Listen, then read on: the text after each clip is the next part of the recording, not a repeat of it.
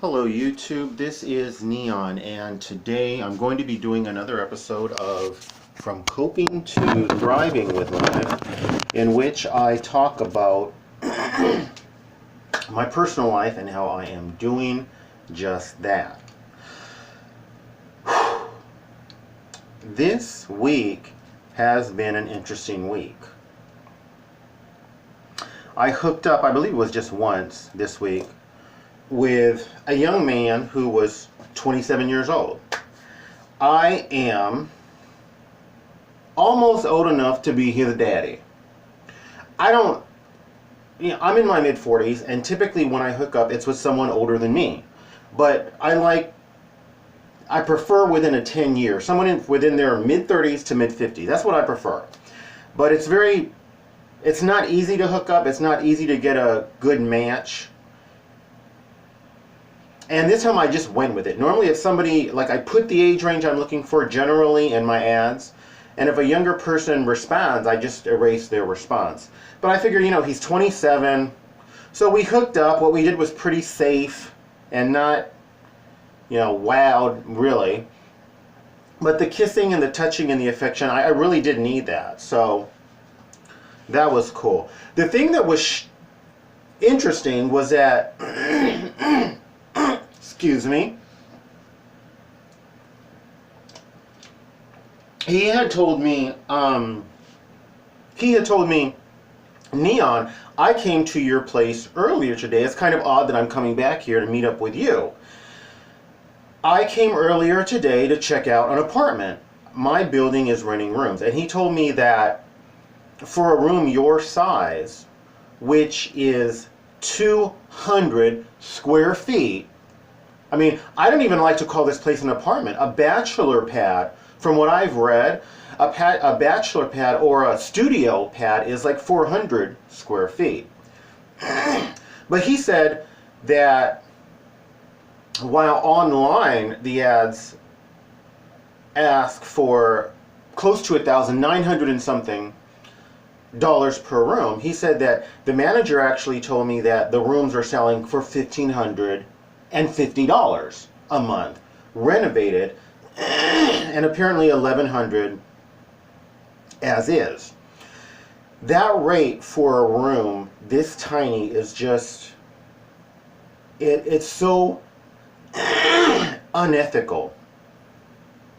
I was shocked and I was dismayed at that because I pay less than $600. When I moved in here, I moved into this building at the end of 2010.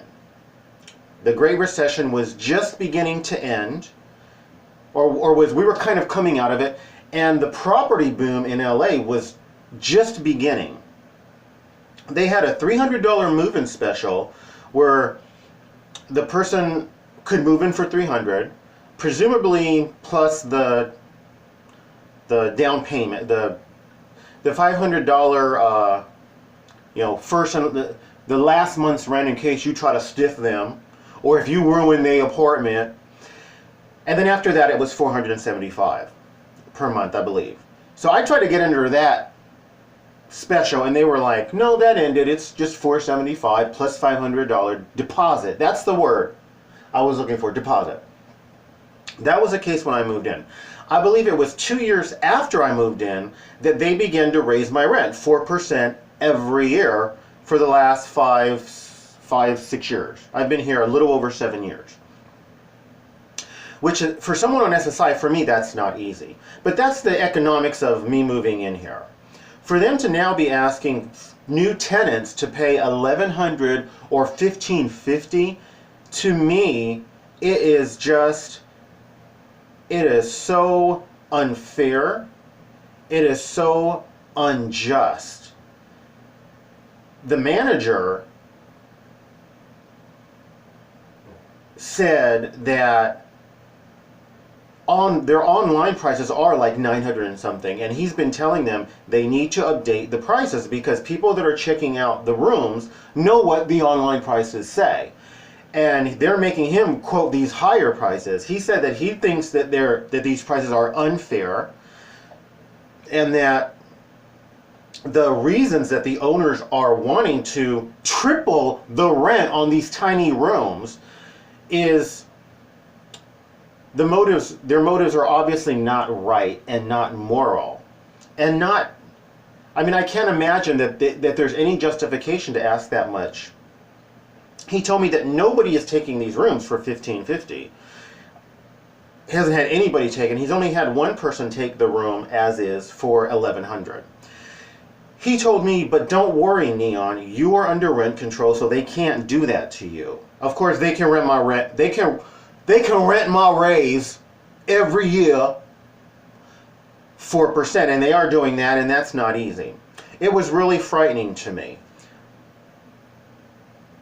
I get like $900 a month on SSI. To think that they're charging more than what I get on SSI is frightening to me.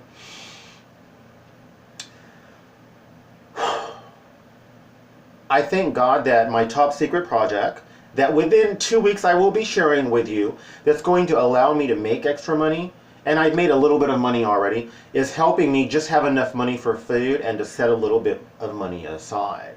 I'm so grateful that I didn't go out for New Year's. Even though I have money, I knew in my heart, this is not the time to spend money. This is the time to save every penny that I can. And after hearing what they're doing, I was just like so grateful. Yeah, it did kind of spoil my New Year's, and it took away some of the magic, just staying in and going to sleep. And then waking up at 12:15 when all the neighbors is hooping and hollering and all that. It was now, I can honestly say, it was worth it me having done that, because even if it's only $100, having some extra money aside really psychologically and emotionally for most people is a beneficial thing. It inspired me to go to a Spanish church. I have been studying Spanish for 10 years. I have not achieved fluency, and I have not achieved a level of comprehension where I can pass the kind of exams that could lead to court interpreting or to medical interpreting, or a kind of interpreting that would pay good money. However, my Spanish is strong. Again, it's strong, but it's not perfect. It's strong, but it's not fluent. And I need to continue to interact with native Spanish speakers. And I live in the middle of like a very dense population of Spanish speakers. And sometimes you're not welcomed by a small percentage. This is not me categorically speaking about immigrants or Spanish speakers, but sometimes there's a small percentage, tiny percentage, that are very unwelcoming, even in a church environment or even in a charitable environment, just because we have not treated immigrants well. We have not treated Spanish speaking immigrants well. So that can make it a little hard for me. So knowing all of this with the rent, this lack of sanity, I said, you know, it's time. You've studied for the last year. I had kind of a mental breakdown last year, and I stopped going and associating with Spanish speakers, and I stopped going out, and I started studying Spanish on my own again, really fairly intensely over this last year. So I said, I'll go out when I finish this main Latino course from Mango, which I got for free through the LA Public Library. And I finished this course, and I just review the chapters. I finished the main course. I started a basic medical Spanish course, which is it's an abbreviated course. It just gives you some basic medical Spanish, as well as I've dipped into another course. They have many courses on Spanish so that you can get a broader understanding. So having finished the main course that was important and experiencing this, I finally went to church. I only had, it was a large Spanish church. It was Pentecostal. Pentecostal, baby, they do it proper.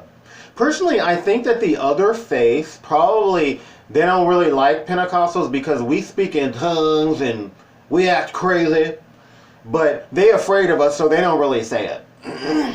Anyway, it was a good message. I only really noticed one person who seemed to be giving me the evil eye. Most people didn't really care, and I felt welcomed. It was really nice. And the sermon was great. So I went there. I understood everything that was being said, which was incredible. I understood like 99% of the sermon. And that was very encouraging. But I'm watching La Reina del Sur, which is an amazing soap opera, but that Spanish I'm finding very difficult. That's a very straight Spanish. And I'm having to like use subtitles. But this has inspired me, this whole rent situation, to push forward a little bit more. I will be going back to Sex and Love. I think it's called Sex and Love Addicts Anonymous, which I went to a Spanish-speaking group where I was treated really well and welcomed and just treated like a regular guy. And that was nice. I stopped attending largely because of this mental breakdown. So all of that happened this week. Really briefly, my friend called me. He asked if he could come over and take a bath. A shower, but you can only take a bath in my place because I don't want to have to clean the whole walls every time I shower, so I just take a bath. I realize there's a lot of trauma associated with me showering, so bathing is actually easier. We used to be forced to shower, get wet before we got a beating if my biological mother was really angry, because she wanted us naked and wet so that it would be more painful. And so baths are a little easier for me. So I told him he could come over and he could bathe. He was living on the street, had a heart attack, was in the hospital, got out of the hospital, got a van, was living in his van, got a room. He said that rented a room. He said that the guy he was renting the room from, I guess, was so grumpy and grouchy and intolerable, he wanted to start using drugs again and decided it would be best just to live in his van. From there, he told me he let this young man stay with him. There was no sexual involvement. This young man had a colostomy bag. He felt bad for him, and then the young man ended up stealing his computer. He had a nice new computer. And ultimately, the van wound up being towed and impounded. Apparently, he parked it somewhere where they can do that. And he is now living in a tent. My heart goes out to him. I will do what I can to be of help to him. Certainly he can bathe whenever he wants. I've offered him to live here, but I don't know that we get along. It's a tiny space. I love him, but I struggle with mental illness. A best friend who I let stay here for 5 days, he left and in a fit. You know, I struggle with mental illness. He's never taken the fact that I don't often sleep at night. I more often sleep during the day. This particular ex-best friend never took that seriously. And it's not like I just sleep at night. Sometimes I sleep during the day, but I never know when I'm going to sleep. And when he was staying with me, it was during the day, which meant that he had to tippy-toe around and respect my sleep. And that was part of the issue with why he stormed out, because I told him, you cannot make noise, you cannot talk on your phone. I struggle with sleep, and my sleep is important. And I think that he interpreted it as me just being oppressive and abusive. So he stormed off. I wasn't even charging him rent, and I was giving him cash to try to help him out. He was homeless. So that makes it, even though he would be welcome to stay here, and I told him that, he said he didn't want to. I can't say that that wouldn't happen again. So anyway, I wish him the best. My heart goes out to him. Hopefully I will be sharing in detail about my top secret project that, thankfully to God, will make me money. My Spanish is strong enough to where I can probably begin to get students and tutor them for pay, and I will probably start taking advantage of that within a year. I still feel like I need to start conversing with native speakers first, and like I said, I'm just starting doing that. So I have hope, I have dreams, I have goals, I'm hanging in there. I have a God of my understanding who I lean on, who is wonderful.